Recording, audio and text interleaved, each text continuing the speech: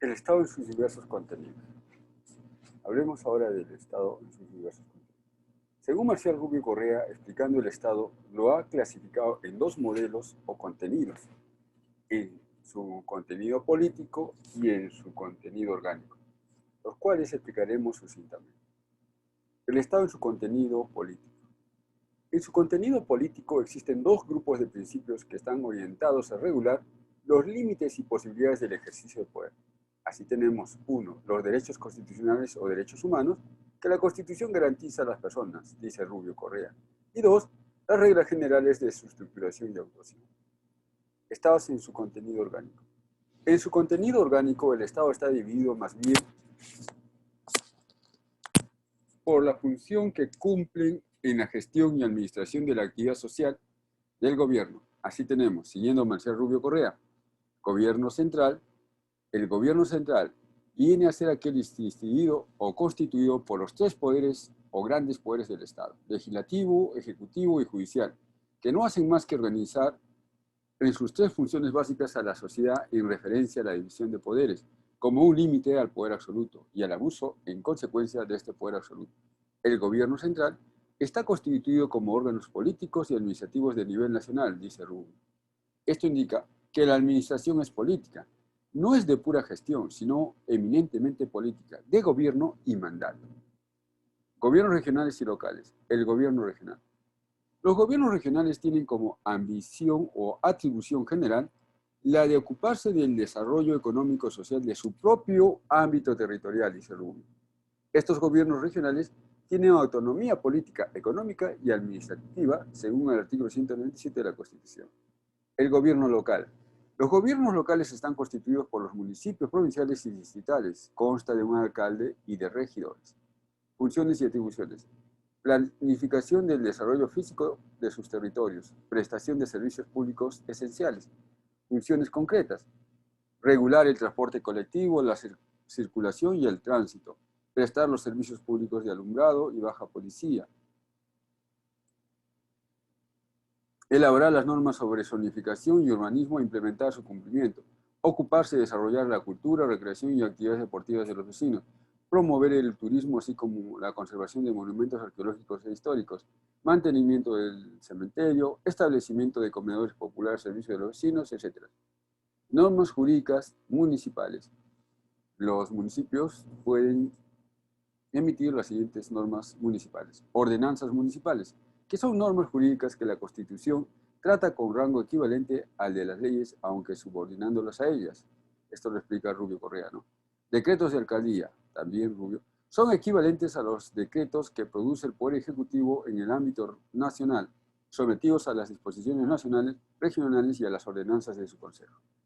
La división clásica del Estado en poderes. Según Rubio, el significado de la palabra poderes, cuando hablamos del Estado, se estaría refiriendo a, 1, los poderes del Estado como conjunto de funciones que realiza el Estado, y 2, los poderes del Estado como un conjunto de órganos que ejecutan dichas funciones. Funciones y órganos. Poderes del Estado desde el punto de vista funcional. Desde esta perspectiva, el Estado cumple una función específica. Así tenemos que la división del Estado representa un área de su función. Tenemos A, poder legislativa, emitir las leyes del Estado. B, potestad ejecutiva, conducir a la política o la política y administración del Estado. Y C, potestad jurisdiccional, resolver conflictos, dar soluciones jurídicas. Poderes del Estado desde el punto de vista orgánico. Desde esta perspectiva, el Estado, según otra vez Rubio, es visto como un órgano, como una parte de la institución político-social, en la cual se desarrollan las demás actividades. El Estado es un órgano y tiene sus subórganos. Así tenemos A, órgano legislativo, Congreso. B, órgano ejecutivo, Poder Ejecutivo, Presidente y Ministros. C, órgano judicial, Poder Judicial. Poder legislativo. El Poder Legislativo es el órgano legislativo. Está constituido por el Congreso de la República, que es un órgano integral con funciones propias, según Marcial Rubio. El Congreso. Dentro de lo que es el Poder Legislativo como órgano, tenemos al Congreso, que en el Perú es de Cámara Única. Y se establece que el Poder Legislativo reside en el Congreso, de acuerdo a la Constitución de 1993. Atribuciones del Congreso. Las atribuciones del Congreso son Darle, bueno, dice que tienen tres funciones, pues, ¿no? Legislar, fiscalizar y representar. Pero las atribuciones del Congreso son, de acuerdo a la Constitución, dar leyes y resoluciones legislativas, así como interpretar, modificar o derogar las existentes. 2. Velar por el respeto de la Constitución y de las leyes, disponer lo conveniente para hacer efectiva la responsabilidad de los infractores. 3. Aprobar los tratados de conformidad con la Constitución. 4. Aprobar el presupuesto y la cuenta general. 5. Autorizar empréstitos conforme a la Constitución. 6. Ejercer el derecho de amnistía. 7. Aprobar la demarcación territorial que proponga el Poder Ejecutivo. 8. Prestar consentimiento para el ingreso de tropas extranjeras en el territorio de la República siempre que no afecte de forma alguna la soberanía nacional. 9. Autorizar al presidente de la República para salir del país. 10. Ejercer las demás atribuciones que le señala la Constitución y las que son propias de la función legislativa. El Poder Ejecutivo. El Poder Ejecutivo es el órgano del Estado encargado de dirigir y ejecutar la marcha política del país. El Poder Ejecutivo está compuesto de la siguiente manera. 1. El Presidente de la República y 2. El Consejo de Ministros. Aportes del Poder Ejecutivo. Aprobar reglamentos, decretos y resoluciones. Proponer proyectos de ley al Congreso. Proponer modificaciones a la Constitución. Promulgación de las leyes. Observar las leyes aprobadas por el Congreso. Interponer acción de inconstitucional de las leyes. Recibir en delegación la potestad legislativa para dictar decretos legislativos con rango de ley. Poder Judicial.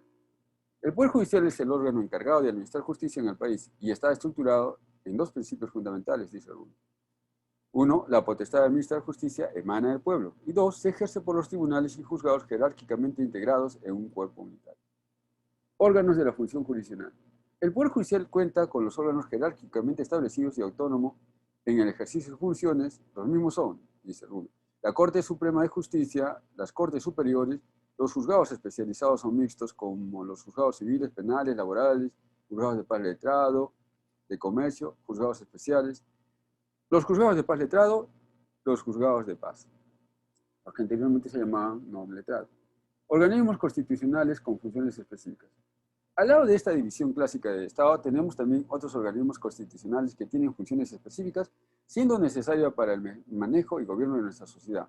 Estos son organismos de rango constitucional con funciones específicas en las que tienen autonomía formal de los órganos de gobierno central, dice Rubio.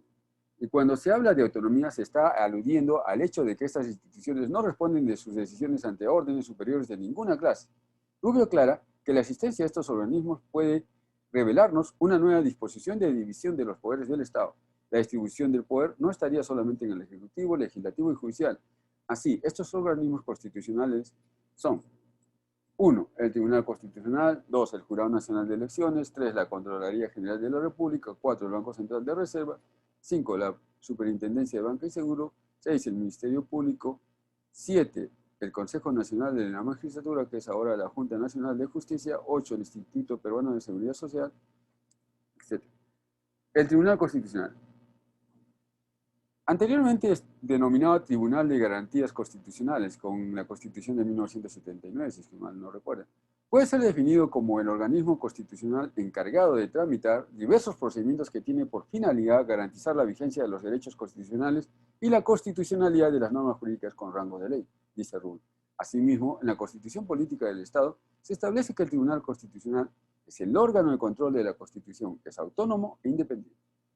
El Tribunal Constitucional aparece en el Perú recién con la Constitución de 1979. Eso indica, como Tribunal de Garantías Constitucionales, ¿no?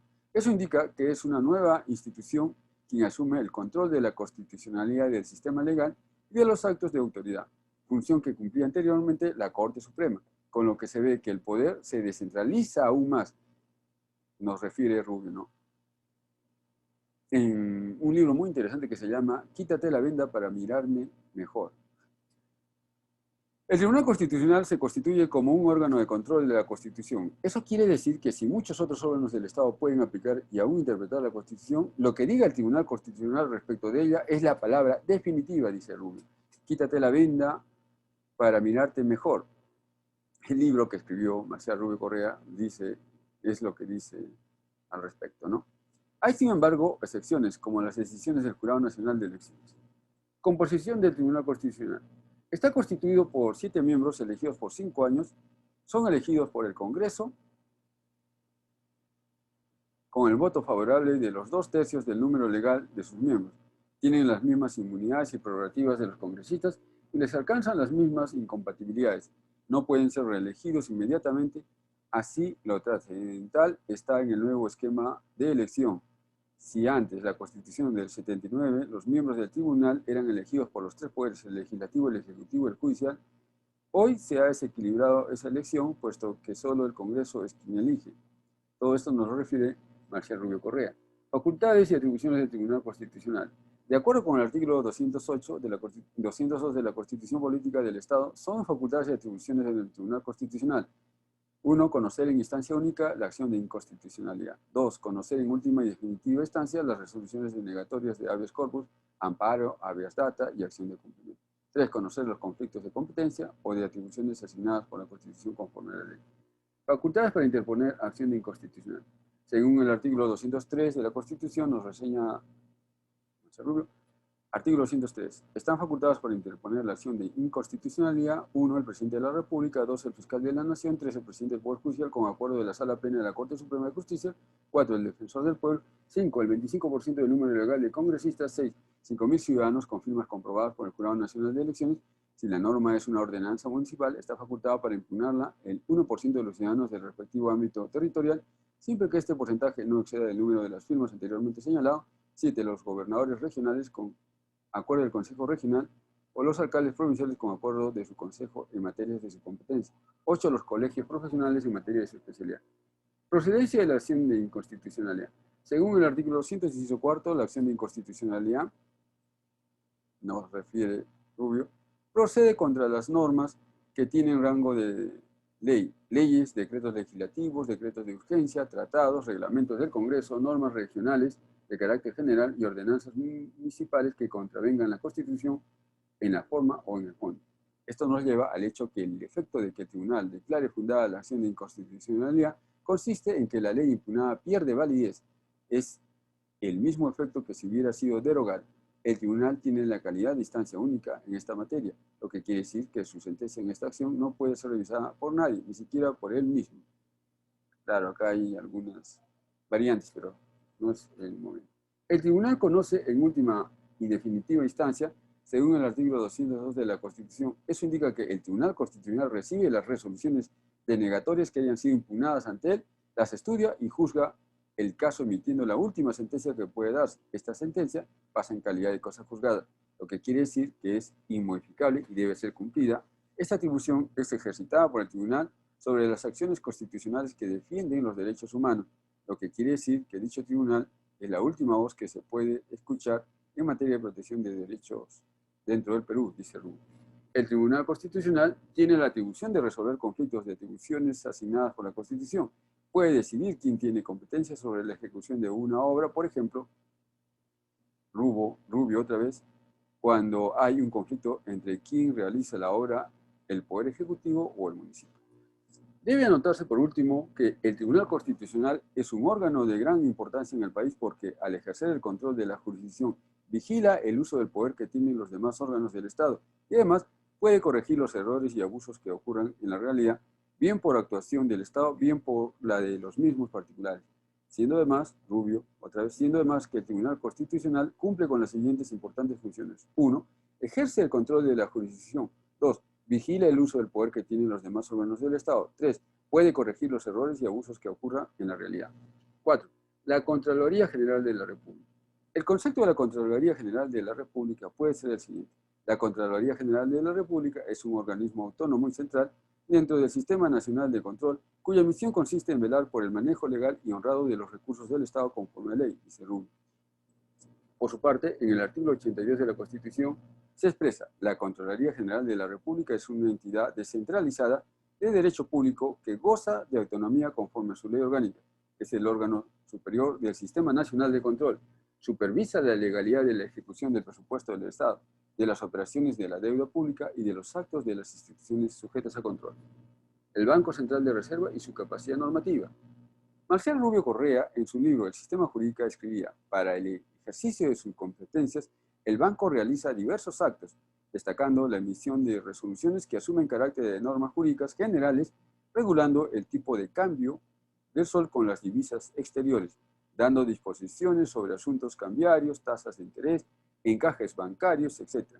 En todo ello, actúa como productor de normas legales con independencia de otros organismos del Estado, aun cuando se considera que deben coordinar con los encargados del aparato económico y financiero, sobre todo con el Ministerio de Economía. Dice Rubio, por lo visto, esta institución también emite resoluciones con carácter de normas jurídicas generales. Esta precisión es importante. La Superintendencia de Banca y Seguros. El concepto de la Superintendencia de Banca y Seguros es descrita por Marcial Rubio en su libro El Sistema Jurídico, el mismo que dice, la Superintendencia de Banca y Seguros es un organismo previsto constitucionalmente que ejerce en representación del Estado el control de las empresas bancarias, financieras, de seguros y de las demás que operan con fondos del público. Rubio Correa dice esto. Dentro de la Constitución actual, la Superintendencia de Banca y Seguros realiza en representación del Estado el deber de fomentar y garantizar el ahorro. Por eso, el artículo 87 de la Constitución Política establece que el Estado fomenta y garantiza el ahorro. La ley establece las obligaciones y los límites de las empresas que reciben ahorros del público, así como el modo y los alcances de dicha garantía. Dice. La Superintendencia de Banca y Seguros ejerce el control de las empresas bancarias y de seguros, de las demás que reciben depósitos del público y de aquellas otras que, por realizar operaciones conexas o similares, determine la ley. Además, esta entidad tiene autonomía funcional. El Ministerio Público. Rubio conceptualiza el Ministerio Público y escribe que el Ministerio Público es un organismo de rango constitucional cuya función es defender a la sociedad y al pueblo, velando por la más amplia vigencia de las normas jurídicas dentro del Estado y el todo social. Mientras que en el artículo 158 de la Constitución Política del Estado se le atribuye autonomía. El Ministerio Público es presidido por el fiscal de la Nación, que es elegido por Junta de Fiscales Supremos. La organización del Ministerio Público estaba contemplada en su artículo 251 de la Constitución de 1979, donde expresaba cuáles eran sus órganos jerárquicamente organizados. 1, el fiscal de la Nación; 2, los fiscales ante la Corte Suprema; 3, los fiscales ante las Cortes Superiores; 4, los fiscales ante juzgados de primera instancia. Dentro de sus funciones le corresponde al Ministerio Público de acuerdo al artículo 158 de la Constitución lo siguiente. 1, promover de oficio o a petición de parte la acción judicial en defensa de la legalidad y de los intereses públicos tutelados por el derecho. 2, velar por la independencia de los órganos jurisdiccionales y por la recta administración de justicia. 3, representar en los procesos judiciales a la sociedad. 4, conducir desde su inicio la investigación del delito. Con tal propósito, la Policía Nacional está obligada a cumplir los mandatos del Ministerio Público en el ámbito de su función. 5, ejercitar la acción penal de oficio o a petición de parte. 6, emitir dictamen previo a las resoluciones judiciales en los casos que la ley contempla. 7, ejercer iniciativa en la formación de las leyes y dar cuenta al Congreso o al Presidente de la República de los vacíos o defectos de la legislación.